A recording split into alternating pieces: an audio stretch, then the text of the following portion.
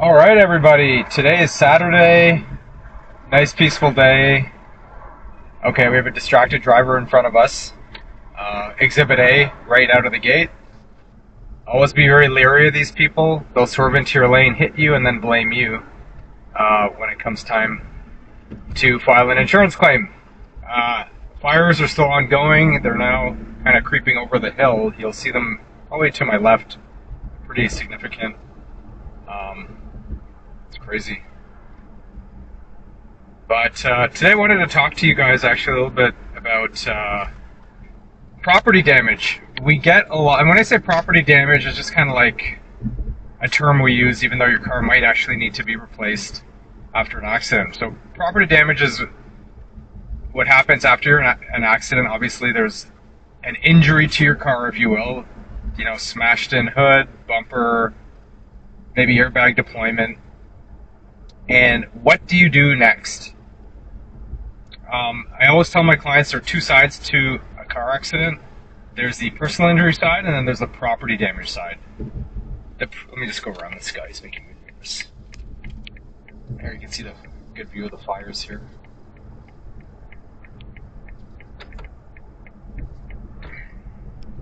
Pretty crazy out there. Look at that. The property damage side of things, assuming there is proper insurance coverage and there is no dispute in liability, meaning the other party that caused the accident isn't finger pointing and saying, no, you did it. If everybody accepts responsibility for who did what, then, and there is proper insurance coverage, meaning both parties have enough money to pay for the damage to your vehicle or the cost of replacing it, then things go smoothly and quickly on that front. Whereas the personal injury side could take months and months and years regularly, to be honest with you, depending on the injury or injuries. The property damage stuff is pretty quick.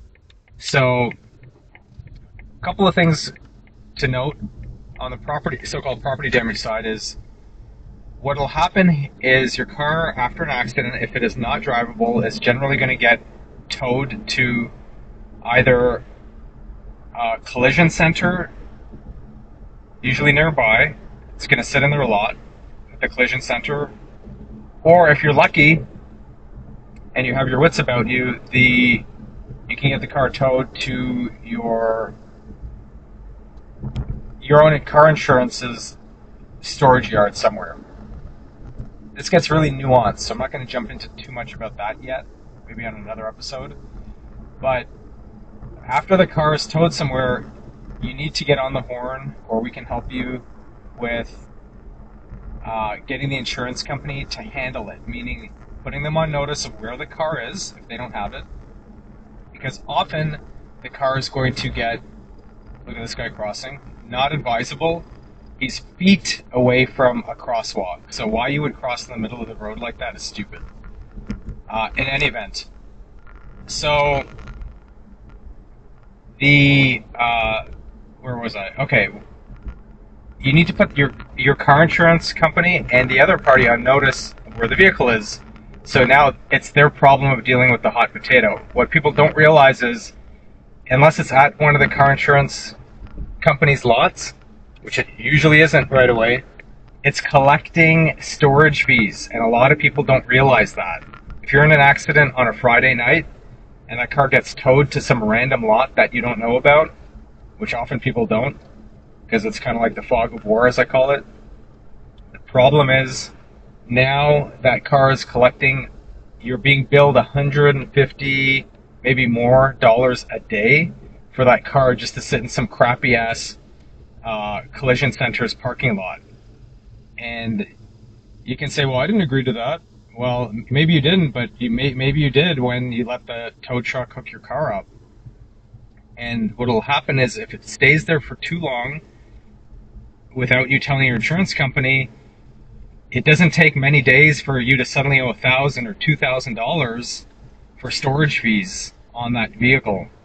And so that body shop will not release your car to you. Let's say you say, well, I don't want that body shop, this grungy old body shop fixing my brand new Tesla or Mercedes or whatever, I don't want them fixing that. I want to take it somewhere else. Well, that body shop will say, sure, we don't have to fix it, but it's been sitting here for a week. We want $1,000, and we're not going to let you take the car until you pay us. And that can be a big pain in the butt. Your insurance company or the other party's insurance company is usually responsible for paying that up to a degree or up to a point. So do act with haste in terms of putting the body shops, or pardon me, your car insurance carrier on notice with regards to where your car is located. So action can be taken regarding getting the car assessed. So that's all I wanted to say for the moment on property damage. There's a lot to discuss. I'm about to go return some stuff at Home Goods, and I'll talk to you guys in a minute. All right, let's get this rolling again. So back to property damage or car replacement. So like I said, this part happens relatively quickly, assuming a couple of variables. And you have one important thing I do want to say is in California, the law is that you have the right to go to whichever body shop of your choosing. Now, if you're going through your insurance company to get your car fixed, that's fine. They will give you a couple of options for kind of preferred vendors, if you will, meaning their body shops that they work with.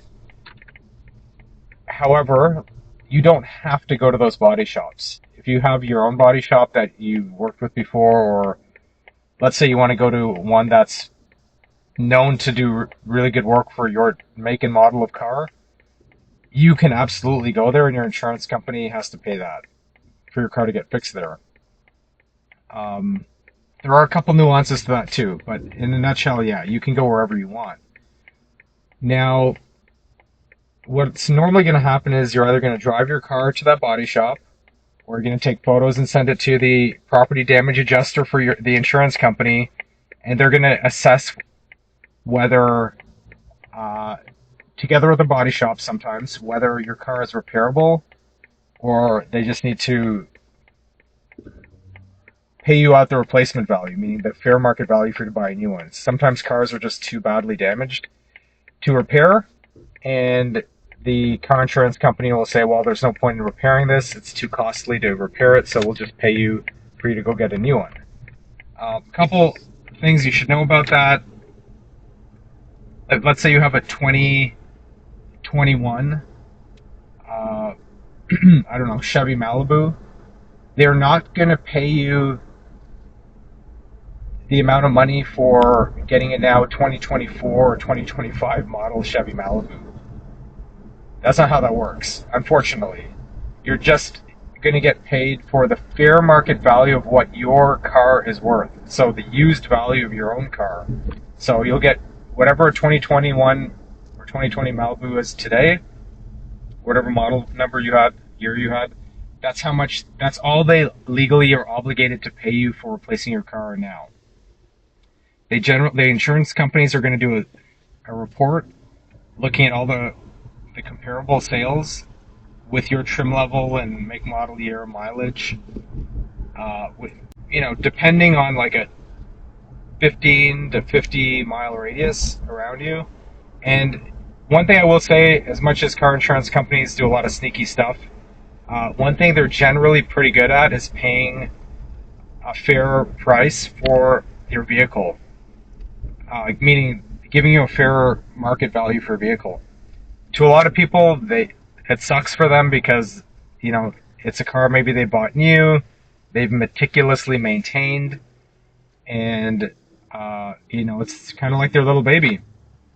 And they don't, of course you're pissed, or they're pissed that they lost their car, but they don't want to buy a used car. They don't want to buy a 3 or 4 year old used car that somebody else has sat in and farted in and done who knows what else in. I wouldn't. That's why I just get new cars, because it's kind of like a cell phone or a laptop. A car is a very personal item, especially in California, we spend a lot of time in our cars. But depending on who you are, maybe you just see your car as an object to get from one place to another, and that's great. That's a great way of thinking because that's what's real. But you know, humans, we have attachments to things, and that's what it is. So you know, people aren't usually happy about that, and you know, unfortunately, you cannot force the insurance company to pay you to get a brand new car. Nor can you sue the other after you accept that money. Can you sue the person that totaled your car for the price of getting a brand new car of the same make and model and whatnot? That's not how that works. I mean, you can try to sue them, but you're not going to generally get anywhere, with some exceptions. So what I do tell people is, one word of kind of advice or whatever, is you can take that money, and thankfully car prices have come down a lot now. Lease prices have come down tremendously since like a year or two ago. Just go get a new car. It sucks you're in an accident. Sucks big time. But at least you're alive. Take that money if your car is getting replaced, or if you're getting a car that maybe you can get a different car. Alternatively, if your car is deemed repairable, then that's great too. That's why it's important the shop you go to. One thing I did want to add is, if you do go to, this again speaking generally, if you do go to a body shop that the car insurance company recommended, one of theirs, quote unquote, then if anything goes wrong with the repair down the road, you can go back to the insurance company and say, hey, look, your guys didn't repair the car properly. But if you do choose your own body shop, the downside is, if the repairs go awry, let's say a year from now, the repair part starts falling apart, the car starts kind of looking shabby where they did the repairs, then the insurance company's not going to help you out. They're going to say, well, you picked the body shop, so it's between you guys. So that's how the property damage side works. So car's accidented, car gets inspected by the insurance company to see if it's worth repairing or not, and then you either get the car repaired, or they decide that it's not worth repairing and they pay you a fair market value for you to get either the same car, a similar car, or just do whatever you want with the money. So that's how that part works. Now, if you go through your own company, your own car insurance company, then you hopefully have car rental coverage, so that while you're not with your car and it's getting repaired, your car insurance company will pay for you to be in a rental car. But on the flip side, if you don't have rental coverage, they won't. So that's why sometimes, in some cases, it can be better to go through the other carrier, the person that caused the damage to your car, because they will, regardless of whether you have car rental coverage, they have to put you in a rental car while your car is being repaired. So there's a lot more to all that stuff, but nonetheless, I kind of just wanted to give you a brief overview while I'm driving. So that's it for now. You can see a lot of the smoke in the background up ahead from the Palisades fire. That's all I wanted to say for now, but take it easy, and I will talk to you guys later.